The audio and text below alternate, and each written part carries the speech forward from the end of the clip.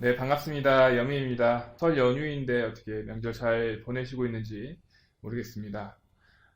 저는 명절 다음 날 지금 촬영을 하고 있는데요. 2023년에 온비드 공매에서 약간 변화된 부분이 있어서 그 부분에 대해서 설명을 좀 드리려고 이렇게 연휴인데도 불구하고 카메라 앞에 섰습니다. 어떤 내용인지 한번 보겠습니다. 온비드에 접속해서 보시면 PC 버전이죠. PC 버전에 접속해서 보시면 이런 식으로 공지사항이 하나 떠 있습니다. 공지사항에 잘 안 보이실 텐데요. 여기 제일 밑에 보시면 2023년 압류재산 공매 집행 기준 변경 안내 이렇게 나와 있고요. 매각 결정기일, 매수인 자격사항 등 이렇게 변경사항이 있다고 공지를 하고 있습니다. 물론 이제 클릭해서 보신 분들도 있을 텐데 대부분은 이런 공지사항을 보면 그냥 닫고 잘 안 보시거든요. 근데 이 부분이 되게 중요한 내용입니다. 그래서 아직 못 보신 분들을 위해서 제가 약간 자료를 준비해서 영상을 준비했으니까 한번 보시면서 필요한 부분은 꼭 숙지를 하시기 바라겠습니다. 네, 방금 보신 그 팝업 창을 클릭을 해보시면 이제 이런 화면이 뜹니다. 이런 자료가 뜨는데 글씨가 작아서 잘 안 보이실 것 같아서 제가 글씨도 크게 좀 만들어 봤습니다. 글씨를 보시면 2023년 압류재산 공매 집행 기준 변경 안내 국제징수법 및 농지법에 따라 한국자산관리공사의 2023년도 압류재산 공매와 관련하여 변경된 내용을 다음과 같이 안내하오니 참고하시기 바랍니다. 국세징수법이 2023년 1월 1일자로 이제 시행돼서 변경됐다는 얘기고요.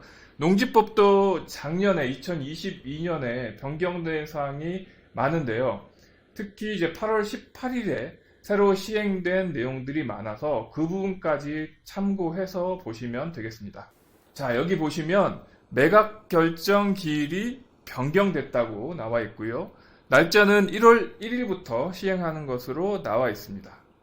자, 내용을 보시면 개정 전에는 개찰일로부터 3일 이내에 매각 결정이 나오는데요. 개정 후에는 개찰일로부터 7일 후로 지금 변경이 되었습니다. 무슨 말이냐면 기존에는 그러니까 작년까지는 공매 입찰 시간이 월요일 10시부터 수요일 17시까지 입찰을 하고 시간이 마감이 되면 그 다음날 목요일 한 10시에서 12시 사이에 입찰 결과가 나옵니다. 네, 다시 설명을 드리자면 보통 우리가 월, 화, 수 월요일 10시부터 17시까지 이렇게 입찰 시간을 주고요. 입찰 기간이 마감이 되면 그 다음날, 이 목요일 11시나 12시쯤에 입찰 결과가 나옵니다. 즉, 이제 낙찰자가 나왔다는 뜻이죠. 낙찰이 되고 나면 그 다음 주 월요일에 매각 허가가 결정됩니다. 그런데 이제 이게 변경이 되었다는 뜻이죠.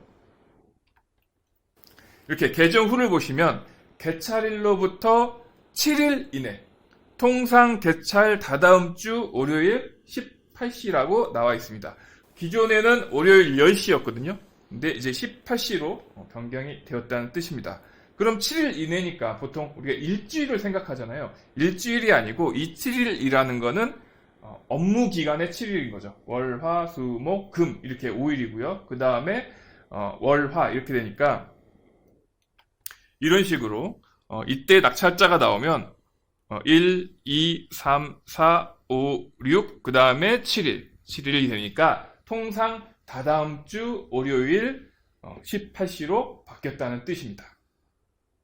자, 그리고 여기 뒷부분을 보시면 2023년 공고분부터 적용 이런 식으로 나와 있는데 물건을 보시면 이쪽에 위에 보시면 공고일자라고 나와 있습니다. 이 물건의 공고일자를 보면 2023년 1월 4일 공고가 되어 있죠. 이렇게 2023년 1월 1일 이후에 공고된 분부터 방금 말씀드린 매각 결정기일 변경 날짜가 적용이 된다는 뜻이고요. 기존에 2022년에 공고가 돼서 계속 유찰되고 있는 물건들은 마찬가지로 매각 결정기일이 낙찰 후 3일 이내가 되겠습니다. 그 다음 주 월요일 한 10시 정도가 매각 결정기일이 되겠죠.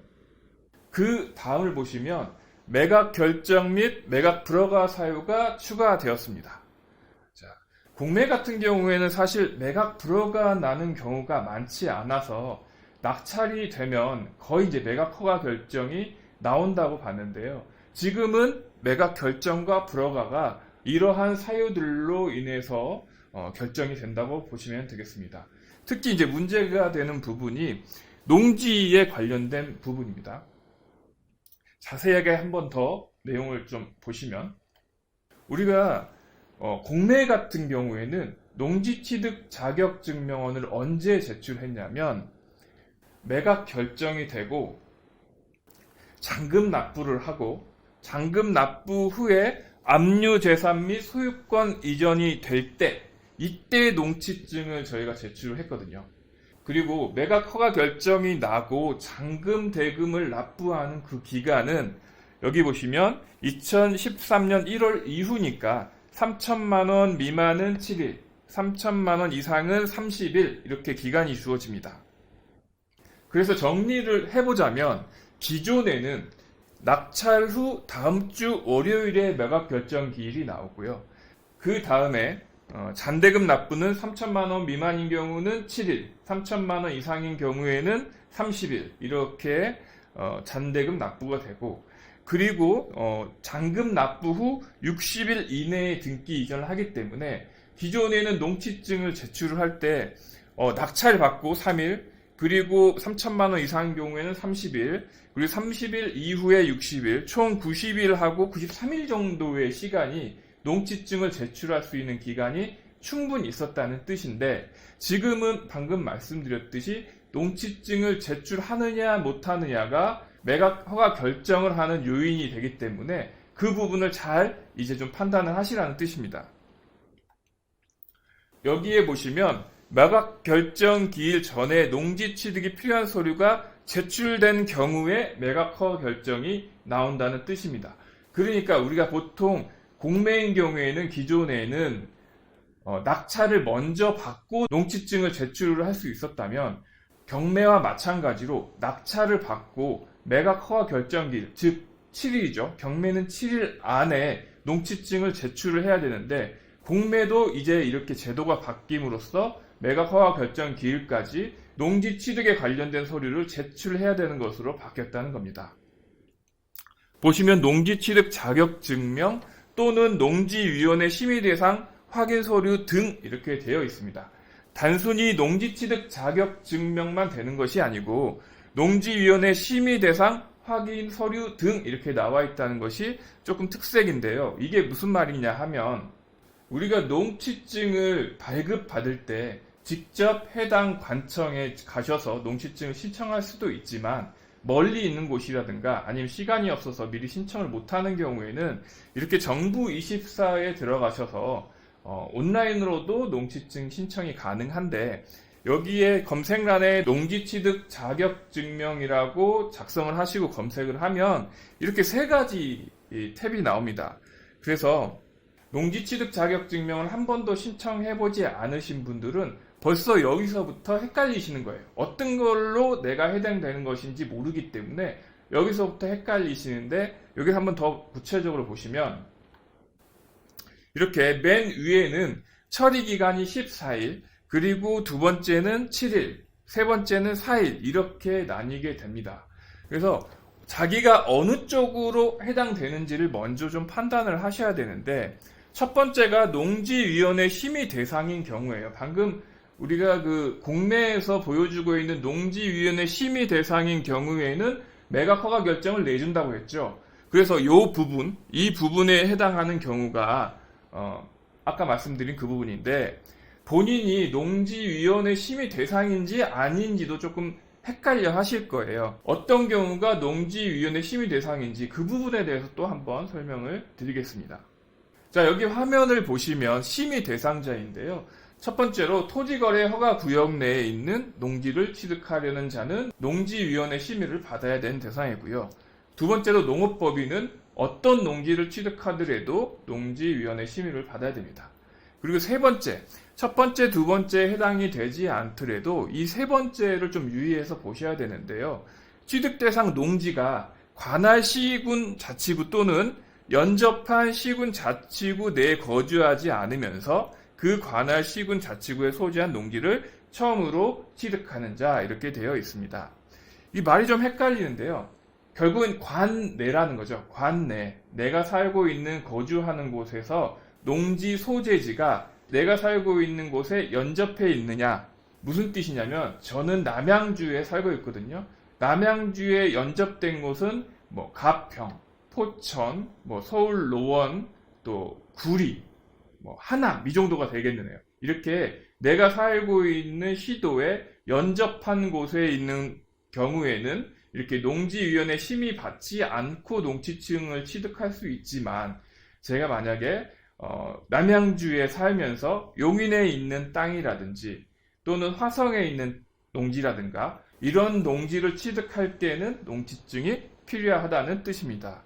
그래서 본인이 거주하고 있는 곳에서 연접하는 곳을 먼저 찾아보시고요. 그 연접한 곳을 넘었다고 생각이 되면 심의 대상이 되는 거라고 보시면 됩니다.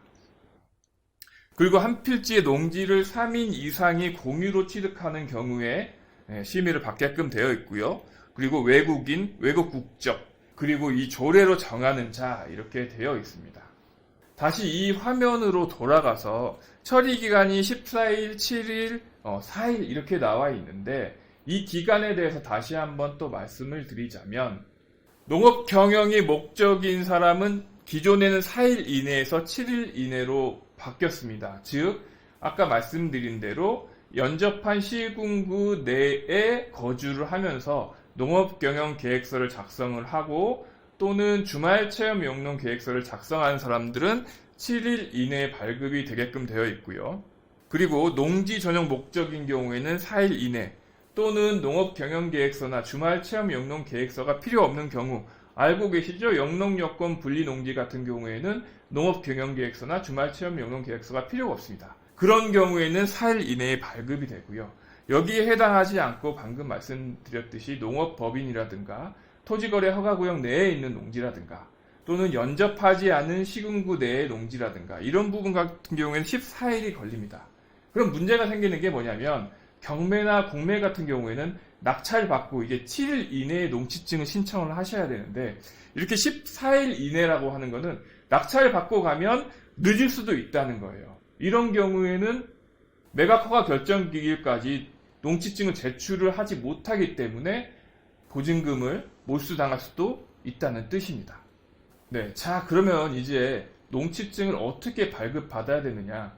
방금도 설명드렸듯이 직접 가셔서 농지증을 받을 수도 있지만 요즘에는 이 정부24 사이트 들어가셔가지고 신청을 하시면 됩니다. 근데 문제는 뭐냐면 신청을 하시면 해당 담당 공무원이 이 기간 안에 처리하는 게 이게 법적으로 나와 있는 부분인데 해당 공무원이 또 이렇게 말씀하시는 경우가 종종 있습니다. 낙찰 받고 오십시오.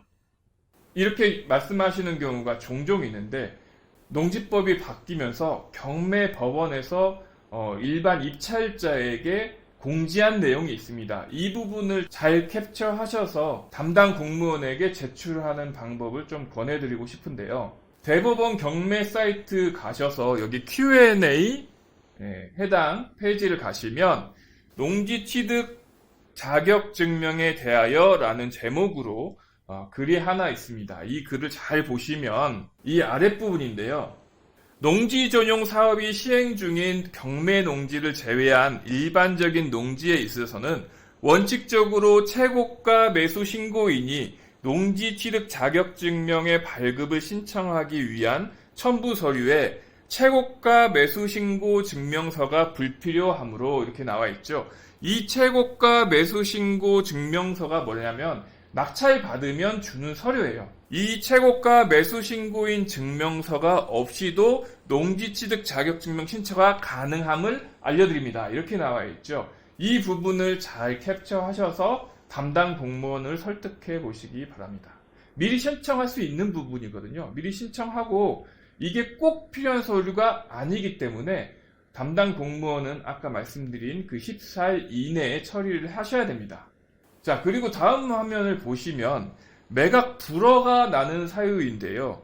매각 결정 기일 전에 농지 취득에 필요한 서류가 미제출되거나 소유권 이전 불가 확인 서류가 제출된 경우에는 매각이 불허된다고 나와 있습니다.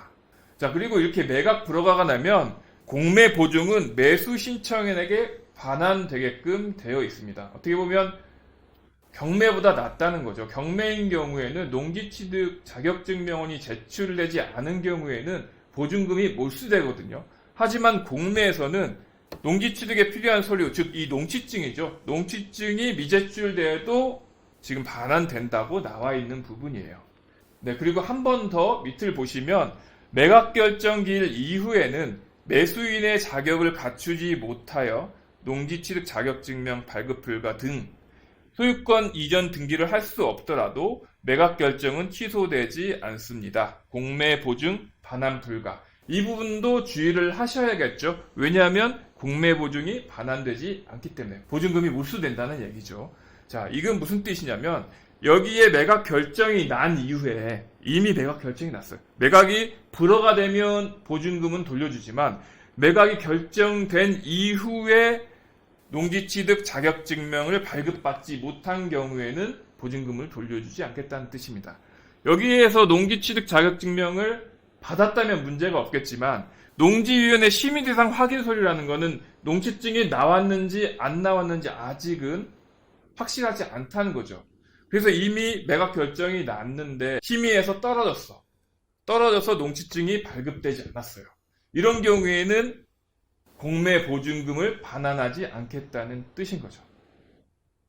그렇지만 이 농지위원회에서 심의를 받았는데 농취증을 발급받지 못했다고 하더라도 다시 신청을 하시면 됩니다. 이 농취증은 한 번만 신청하라는 규정이 없거든요. 그래서 서류가 미비했다거나 농지를 취득하려는 그 사유가 부족했다고 하면 다시 그 부족한 부분을 보완을 해서 다시 신청을 하셔서 다시 심의를 받으시면 되기 때문에 계속해서 받을 때까지 하시면 됩니다. 자, 오늘은 2023년도에 새롭게 변경된 공매 매각 허가 결정에 대해서 말씀을 드렸습니다. 자료를 한번 직접 클릭하셔서 꼼꼼히 읽어보시고요. 공매로 투자하시는 분들은 조금 더 신경 쓰셔서 이 부분 확인하시기 바랍니다.